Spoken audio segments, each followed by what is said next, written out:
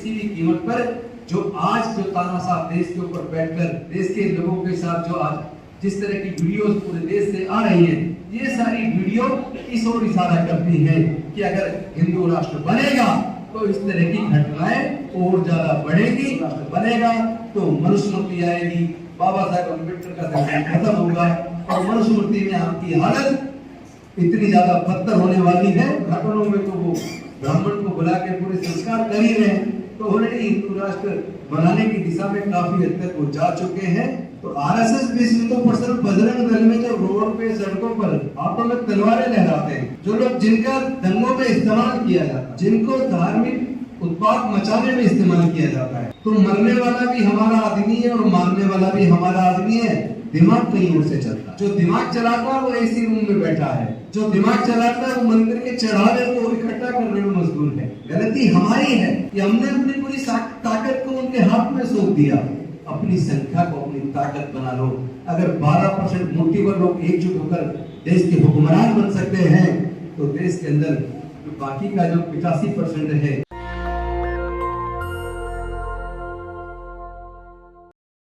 भारत में ब्राह्मण 5.52%, क्षत्रिय 3.90%, वैश्य 1.30%, कायस्थ 1.07%। इन चारों को भी अगर जोड़ ले तो ये 12% से कुछ कम बैठता है। लेकिन देश के सर्वोच्च न्यायालय, उच्च न्यायालय में जो जज हैं, देश की यूनिवर्सिटीज के अंदर जो वाइस चांसलर प्रोफेसर हैं, देश चलाने की योजना बनाने वाले गवर्नमेंट ऑफ इंडिया में जो सेक्रेटरीज हैं, सेना के बड़े अधिकारी हैं, पूरे देश का बिजनेस इनके हाथ में है, देश के प्राकृतिक संसाधनों पे जिनका कब्जा है, वो तो सारा इस 12% से भी कम लोगों के हाथ में है। और हम लोग वर्षों से भाषण दे रहे हो, सुन रहे, सफल क्यों नहीं हो रहे? अगर उसकी बारीकी से थोड़ी गंभीरता से अध्ययन किया जाए तो मेरा यह मानना है कि हम लोग भावुक का अवश्य कई बार बहुत ज्यादा बोल जाते हैं और सच से आंखें नीचे देते हैं। अगर कोई कबूतर के सामने बिल्ली आ जाए और कबूतर बिल्ली को देखकर आंख नीचे दे, तो क्या कबूतर की जान बचेगी? जान उड़ने से बचेगी, आंख नीचने से नहीं बचेगी। आप लोग सच्चाई से आंख बंद कर रहे हैं। सच्चाई ये कि ये लड़ाई शारीरिक ताकत की नहीं है, ये लड़ाई लाठी गोली की नहीं है, ये लड़ाई विचारधारा की है। और मुझे तो ये बात बहुत अच्छे से समझ आ गई कि ये लड़ाई विचारधारा की है। अभी जो डॉक्टर रतनलाल डॉक्टर बाबा साहब अम्बेडकर के उस भाषण को पढ़ के बता रहे थे, मैंने कोशिश किया उस भाषण को मैं अपने अंदर उतार दूं और अपने आचरण में ले आऊं और एक सच्चा अम्बेडकरवादी कार्यकर्ता बनने की तरफ अग्रसर हूं। और जब मैं उस दिशा में बढ़ा, एक सच्चा अम्बेडकरवादी कार्यकर्ता बनने की दिशा में बढ़ा, तो सच में मुझे ये मंत्री और एमएलए एमपी की कुर्सी बहुत छोटी दिखने लगी।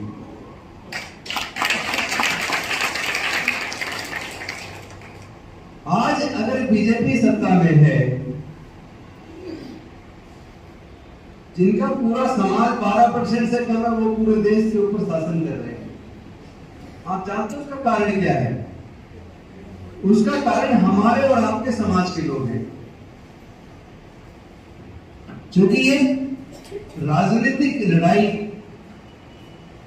जीतने के लिए असली जो संगठन वो बीजेपी नहीं है,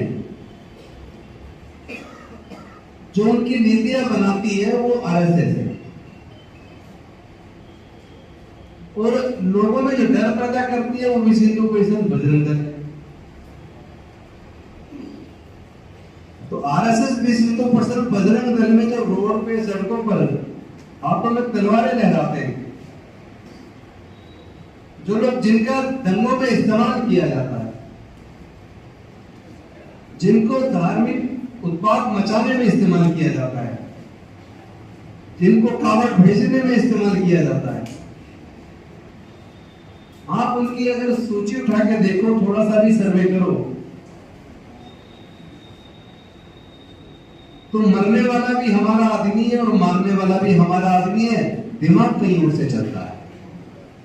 जो दिमाग चलाता है वो एसी रूम में बैठा है, जो दिमाग चलाता है वो मंदिर के चढ़ावे को इकट्ठा करने में मशगूल है, जो दिमाग चलाता है वो यूनिवर्सिटीज में वाइस चांसलर प्रोफेसर है, जो दिमाग चलाता है वो देश की सर्वोच्च कुर्सियों पे बैठा है, जो दिमाग चलाता है वो इसी रूम में बैठकर योजना बनाकर हमारे भोले भाले बच्चों का इस्तेमाल करके उसको लागू करवाता है। लेकिन क्या हमने और आपने कभी सोचा, वो जो हमारे यूथ बच्चे उनके बजरंग दल, विश्व हिंदू परिषद, आरएसएस में जाते हैं, जो कथावाचकों के सुनने वाली भीड़ में शामिल हो जाते हैं,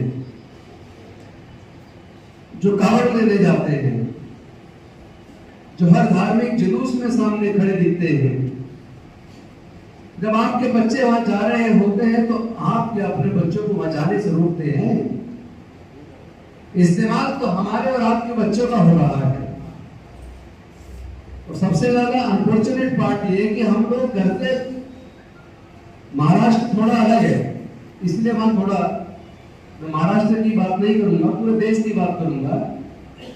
तो पूरे देश के अंदर कहीं भी चले जाइए जहां समाज के हक अधिकार की लड़ाई पे चर्चा हो, समाज को जागरूक करने के ऊपर चर्चा हो, तो वहां आपको 95% से ज्यादा केवल पुरुष मिलेंगे। हमारे घर के पुरुष घर से निकलते हैं, सामाजिक संगठन के प्रोग्रामों में शामिल होते हैं, या तो भाषण दे रहे होते हैं या भाषण सुन रहे होते हैं। और हमारी कॉलोनी में, हमारे मोहल्ले पड़ोस में कहीं ना कहीं कोई कथावाचक आता है, या कोई वहां जागरण चल रहा है, माता की चुप्पी लग रही है, तो पड़ोस की महिला हमारे घर में आके हमारी पत्नी, हमारी बहन से, हमारी माँ से, हमारी बेटी से वो कहेगी कि वहां कथावाचक आया, चलो सुनने चलते। तो हमारी पत्नी, हमारी माँ, हमारी बहन, हमारी बेटी वो घर के सारे बच्चों को लेकर वहां कथावाचक को सुनने जाती है। तो सांस्कृतिक विरासत किसकी फले फूलेगी? जिसकी संस्कृति का प्रचार प्रसार ज्यादा होगा। तो उनकी संस्कृति का प्रचार प्रसार ज्यादा हो रहा है क्योंकि उसको सुनने भी हमारे घर की सारी महिलाएं जा रही हैं, और वो महिलाओं में और बच्चों में संस्कार उनके डल रहे हैं।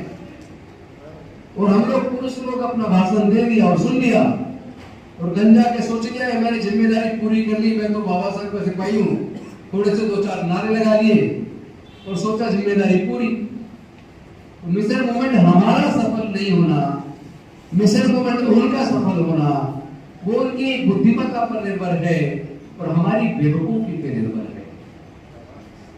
गलती हमारी है कि हमने अपनी पूरी ताकत को उनके हाथ में सौंप दिया।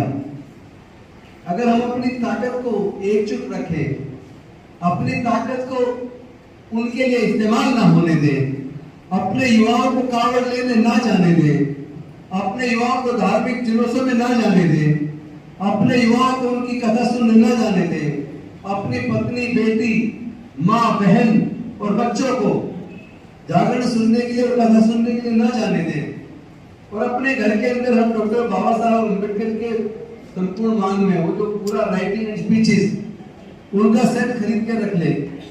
हम अपने बच्चों के सामने ज्योतिबा फुले जी की लिखी गुलामगिरी पढ़ के सुनाए, रोज हर सप्ताह में कम से कम एक दिन एक पूरा पाठ पढ़ के सुना दे, बुद्धा एंड हिज धम्मा का एक पाठ पढ़ के सुना दे, doctor Ambedkar life and his mission उसको सुनाए, और अपने बच्चों को संस्कार में अपने महापुरुषों का जीवन संघर्ष पढ़ा दे और उनको ये बता दे कि हम लोग क्या थे और क्या हो गए, उसका कारण क्या है, हमारे हिस्से में अमृत क्यों नहीं आया, जहर क्यों है। अगर ये बात हम अपने बच्चों को अपने घर में समझाने में कामयाब हो जाए और अपने ऐसे प्रोग्राम में पूरे 2-2 दिन लगाने की बजाय 3-4 घंटे का सिर्फ एक बार एक दिन में प्रोग्राम करें और ज्यादा से ज्यादा कोशिश करें जमीन पे उतर के अपने मोहल्लों में, बस्तियों में छोटी छोटी नुक्कड़ सभाओं के माध्यम से अपना इस मिशन मूवमेंट को लोगों के बीच चर्चा करें। क्योंकि हर आदमी अंबेडकर भवन पे नहीं आता, जंतर मंतर पे नहीं आता। हमारा आदमी मजदूर है, सुबह निकल जाता है, रोजी रोटी के लिए शाम को घर आता है। तो हम अपनी बस्तियों में अगर शाम को 1 घंटा 2 घंटा लगा दें, अपने गांव में जाके वहां अपने लोगों को थोड़ा सा भी अपने मिशन मूवमेंट के बारे में समझा दें। और एक और यकीन मान लेना मेरी बात, किताबें तो हमारे लोग पढ़ते नहीं है। आप सोचो कि वो बुद्धान निज़म्मा खरीद के पढ़ लेंगे, वो डॉक्टर बाबा साहेब अम्बेडकर का जो जीवन संघर्ष खरीद के पढ़ लेंगे, वो डॉक्टर बाबा साहेब अम्बेडकर का स्पीच राइटिंग्स पढ़ लेंगे, वो डॉक्टर रतनलाल अम्बेडकर नामा पे सुन के कम से कम ज्ञान अर्जित कर लेंगे। तो यकीन मानिए ये होने वाला नहीं है। बल्कि एक अच्छा तरीका ये है कि जितनी बात किताब को पढ़ने के लिए जो उसको कम से कम 2-3 महीने चाहिए, जिस किताब को जिसको वो कभी नहीं पढ़ेगा, खरीद भी ली तो कहेगा कि कल से पढ़ूंगा। और इंग्लिश में कहावत है टुमारो नेवर कम्स, कल कभी नहीं आता। वो किताब रखी रहेगी लेकिन कभी पढ़ेगा नहीं। उसमें करना ये है कि मेरे जैसे लोग, रतनलाल जी जैसे लोग, या हम जैसे बाकी लोग जिन लोगों ने खुद पढ़ लिया, वो लोग बस्तियों में जाकर, छोटी छोटी कॉलोनियों में जाकर कैडर के माध्यम से उसका एक ब्रीफ लिस्ट बनाकर, जिसको पूरी किताब का जो एक मजमून जो होता है वो हम उसको 1 घंटे के अंदर अपने वाणी के माध्यम से कैडर देकर उसको समझा दें और अपने जैसे लोग तैयार कर दें जो कैडर देने वाले बन जाएं। तो पूरे देश के अंदर हमने 1000, 2000, 10,000 लोग तैयार कर दिए तो ज्यादा लंबा नहीं है, 5 साल के अंदर एक गांव तक, एक बच्चे तक हम घुट्टी में मिलाकर अपना मिशन मूवमेंट बढ़ा देंगे। और जिस दिन हम अपने बच्चों को मिशन मूवमेंट बढ़ा देंगे, यकीन मानिए उसके बाद हमारे बच्चे आरएसएस के अंदर जाना बंद कर देंगे, विश्व हिंदू परिषद, बजरंग दल के अंदर जाना बंद कर देंगे। उस दिन इनके मंदिरों में लाइनें लगना बंद हो जाएगी। और ये जो मंदिरें हैं, ये मंदिर बेसिकली इंडस्ट्री बन गए हैं, ये इंडस्ट्रियां इनकी बंद हो जाएंगी। और जिस दिन इनकी ये दुकानें बंद हो गई उस दिन आपका मिशन मूवमेंट चल निकलेगा, उस दिन हम हुक्मरान बन जाएंगे। लेकिन इसके लिए कुर्बानी देनी पड़ेगी। तो हमने तो सोच लिया कि हम अपना पूरा जीवन जब तक जिंदे हैं तब तक डॉक्टर बाबा साहेब अम्बेडकर और अपने महापुरुषों की जो विरासत है, सांस्कृतिक विरासत, बुद्ध का धम्म और हमारे महापुरुषों की कुर्बानी और हमारे महापुरुषों का जीवन संघर्ष, हम अपना पूरा जीवन अपने समाज के युवाओं को, अपनी बहन बेटियों को उसको सिखाने में, उसे पढ़ाने में, इसी में लगाएंगे ताकि हमारे यूथ तैयार हो जाए। और जिस दिन हमारे यूथ तैयार हो गए उसके बाद यकीन मानिए सूरत अपने आप बदलनी शुरू हो जाए। क्योंकि मानव कांतिराम साहब ने जब कैडर देना शुरू किया, गांव गांव पहुंचे और छोटे छोटी सी संख्या के अंदर लोगों को जाके कैडर दिया, उसका परिणाम आया। उन्होंने जो हुक्मरान बनने का सपना दिखाया, आज उसका परिणाम जो मर्जी हो, अगर परिणाम बुरा हुआ तो हमारी अपनी गलतियों की वजह से हुआ है। हमारा नेतृत्व उस विचारधारा को छोड़कर दूसरी दिशा में चला गया तो नुकसान हुआ है। आप मानव कांतिराम साहब की विचारधारा को या बाबा साहब की विचारधारा को गलत नहीं कह सकते। उस विचारधारा को जानकर, सीखकर हम हुक्मरान तो बन ही गए थे ना। अगर यूपी में बन गए थे तो बाकी जगह भी बन सकते हैं। लेकिन हमें अपनी विफलता के कारणों को समझना जरूरी है। जब पहले तो हम क्यों सफल हुए यूपी में, क्यों आरपीआई एक समय 17 या उससे ज्यादा सांसद जिता पाई, तो उन सफलता के कारणों को पढ़ लो और किस कारण से हम विफलता की तरफ चले गए, उन विफलता के कारणों को पढ़ लो। विफलता के कारणों को छोड़ दो, सफलता के कारणों को अपना लो, आपके जीवन में सफलता आए। ये एक सच्चाई है। और साथ ही साथ एक बात और कहना चाहता हूं कि हमारे जो लोग सांसद और विधायक बनते हैं, ये बाबा साहब को डर पहले ही था। उनको पता था जब 1932 में जो 24 सितंबर को पूना पैक्ट हुआ, उनको पता था कि ये जो समझौता हो रहा है, इसमें जो सेपरेट इलेक्टोरल को गंवाकर हमें जो मिलने जा रहा है, इसमें जो प्रतिनिधि जीत कर जाएंगे वो समाज के सच्चे प्रतिनिधि नहीं होंगे, वो गुलाम पैदा होंगे और उस गुलामों ने पूरे समाज को डुबो दिया है। लेकिन अगर हम समाज को तैयार कर लें और ये एहसास करा दें कि संसद और विधानसभाओं में जाकर आपको समाज का सच्चा प्रतिनिधि अगर आप नहीं बनते हैं, अगर आप समाज की आवाज नहीं बनते हैं, तो हम आपके घरों के बाहर बैठ जाएंगे, आपको घर से बाहर जाने नहीं देंगे। हमारी संख्या इतनी है, अपनी संख्या को अपनी ताकत बना लो। अगर 12% मुट्ठीभर लोग एकजुट होकर देश के हुक्मरान बन सकते हैं, तो देश के अंदर जो बाकी का जो 85% है वो ये तय तो कर ले कि हम रिप्रेजेंटेशन सबको देंगे। ऐसा ना हो एक आदमी सफल, राजेंद्र गौतम सफल हो गया और उसने सफलता के बाद जो भी कुछ मिला अपने परिवार को, अपने रिश्तेदारों को, अपने मिलने जुलने वालों को देना शुरू कर दिया और जिन लोगों की वजह से सफलता मिली उन लोगों को इग्नोर करना शुरू कर दिया। यहीं से विफलता का रास्ता शुरू हो जाता है। हमें जितने भी बहुजन समाज के लोग हैं, सभी वर्गों के नेतृत्व को हमें जिम्मेदारी देनी पड़ेगी, हिस्सेदारी, भागीदारी देनी पड़ेगी और निश्चित तौर पर सफलता संभव है, असंभव काम नहीं है। सब लोग जब सांसद, विधायक बनते हैं, मंत्री बनते हैं या किसी भी बड़ी नौकरी में आते हैं, वो सब लोग संविधान की शपथ लेते हैं और बनने के बाद संविधान के विरुद्ध काम कर रहे हैं।